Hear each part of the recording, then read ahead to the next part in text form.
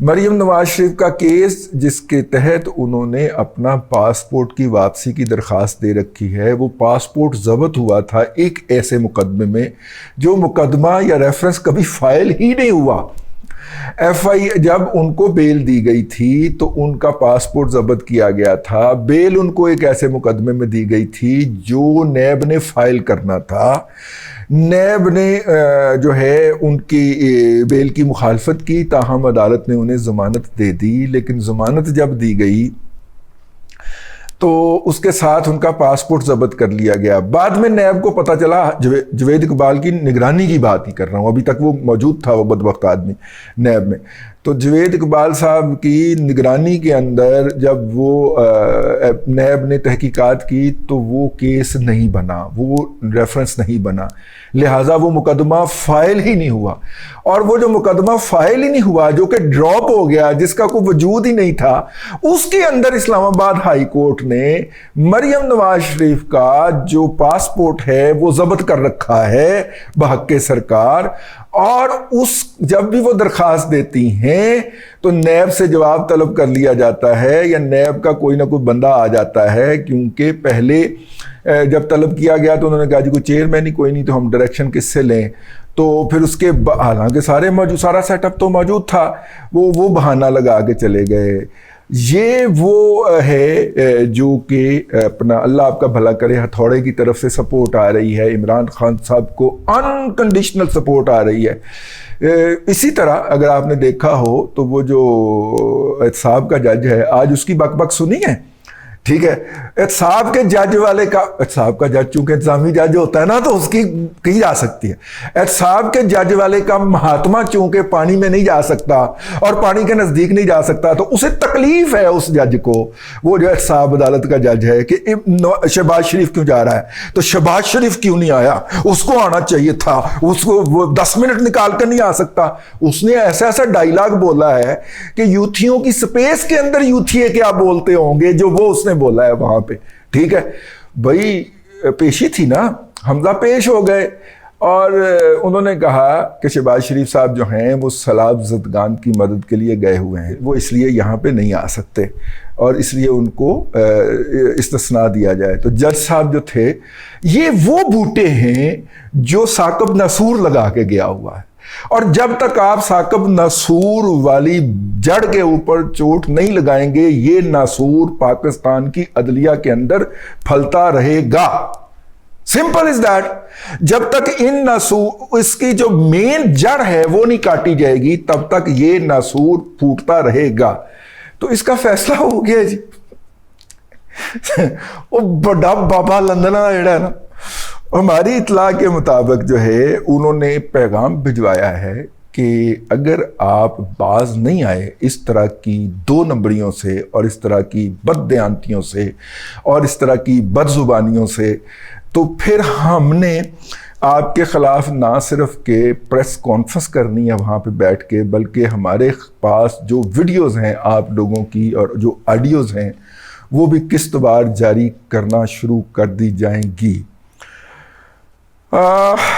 وہ جو ہیں وہاں پہ اپنا یار وہ رپورٹر ہیں، وہ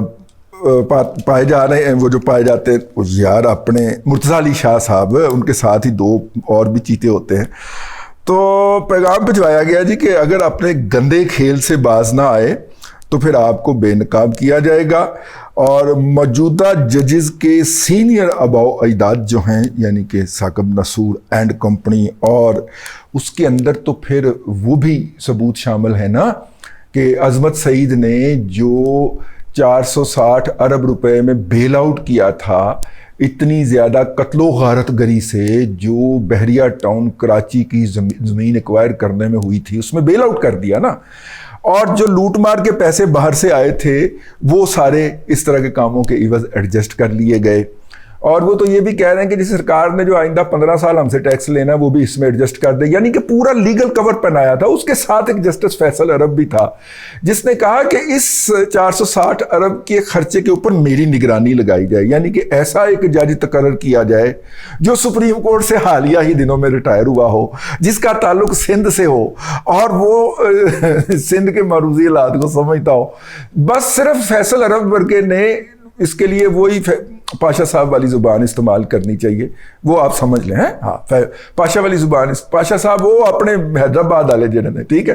وہ والی زبان استعمال کر لیجئے۔ تو وہ مطلب کہ اس کے لیے بس وہ نام لکھنے کا تکلف نہیں کیا فیصل عرب نے، بلکہ اس نے سارا اپنا حلیہ بتا دیا کہ انج طرح دے کپڑے پائے ہوئے انہوں نے، انج دے وال ہون دے، ٹھیک ہے، انج دی اینک لاندا ہوئے، اے سارا کچھ دس دیتا انہیں فیصل عرب صاحب نے۔ تو وہ تو اس کی نگرانی کے لیے بیٹھنا چاہ رہے تھے۔ تو پھر بتایا گیا کہ پھر ہم یہ بھی بتائیں گے کہ جناب اس کے نتیجے کے اندر جو خون برسا ہے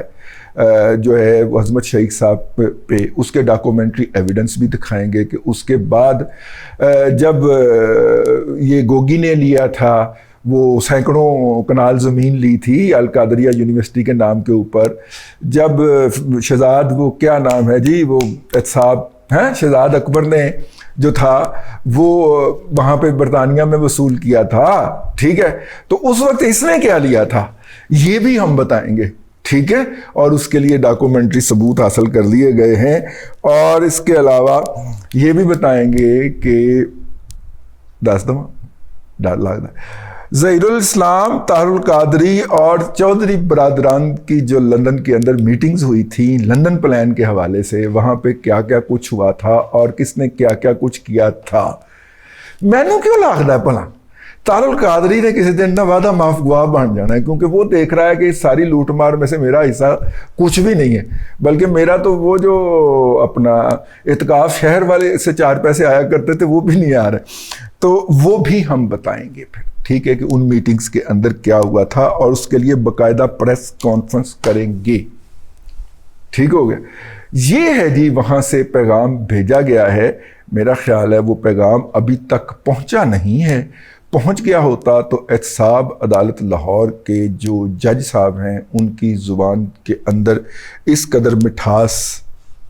نہ ہوتی جو آج تھی۔ کل 3 فیصلے آئے اسلام آباد ہائی کورٹ کی طرف سے، اور ان میں سے 2 فیصلے عمران خان صاحب کو فیور کرتے ہوئے نظر آ رہے تھے۔ ایک فیصلہ یہ آیا کہ ان کے خلاف کنٹیمپٹ پروسیڈنگ شروع کرنے کا جو اپلیکیشن آئی تھی اس کو ڈراپ کر دیا گیا۔ اس پہ نہ جائیے کہ میں ذاتی طور پہ کس میرٹ کے حق میں ہوں یا کس میں نہیں ہوں، میرا خیال ہے کہ قانون سب کے لیے برابر ہونا چاہیے۔ اگر پہلے غلط ہوا تھا تو اب بھی غلط ہونا چاہیے، روایت چلنی چاہیے، اور اگر پہلے درست ہوا تھا تو پھر اب بھی درست ہونا چاہیے، ٹھیک ہو گیا۔ یہ نہیں ہو سکتا کہ ایک بندے کے لیے قانون کی تشریح ایک ہے اور دوسرے بندے کے لیے دوسری ہے، اس کا مطلب ہے کہ آپ کی بدنیتی یا آپ کی انکیپیبلٹی ظاہر ہوتی ہے، ٹھیک ہے۔ اب تو چونکہ فیصلہ ہو گیا ہے تو مجھے یہ کہنے کا حق دیجیے، آپ نے خود ہی دے رکھا ہے اور اس سے کوئی توہین عدالت بھی نہیں ہوتی، آپ اپنی آبزرویشن میں بھی کہہ چکے ہیں، ججمنٹ میں بھی کہہ چکے ہیں۔ دوسرا فیصلہ یہ ہوا کہ جو پولیس ہے وہ چل کے جائے، حالانکہ اگر کسی ملزم کی سفارش ہوئی ہو تو اس نے جا کے جوائن کرنا ہوتا ہے، لیکن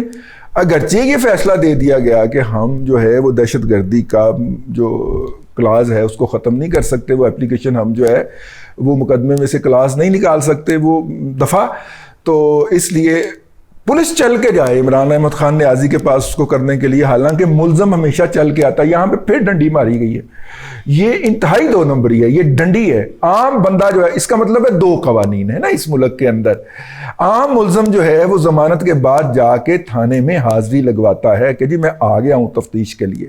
یہاں پہ چونکہ مہاتما ہیں اور ان کی فالوئنگ بہت زیادہ ہے تو پولیس ان کے پاس چل کے جائے اور انویسٹیگیٹ کرے، اور پولیس کو باقاعدہ کہا گیا کہ تمہارے کان بھی کھڑے ہو گئے، دم بھی ہوا میں لہرا رہی ہے تو تم یہ کام کر گزرو۔ اور تیسرا ایک اور بھی فیصلہ تھا کل، وہ بھی on the face of it P T I کی حمایت میں گیا۔ تو بابے کی یہ جو دھمکی ہے یہ بڑی وقت پہ آئی ہے، سگنیفیکنٹ ہے، دیکھیے اب اس کے کانسیکوینسز کیا نکلتے ہیں۔ اب تک کے لیے اتنا ہی، اگلے ولاگ میں پھر ملاقات ہوتی ہے۔ اللہ تبارک و تعالیٰ آپ کو آسانیاں عطا کرے اور آسانیاں خلق خدا میں تقسیم کرنے کی توفیق عطا کرے۔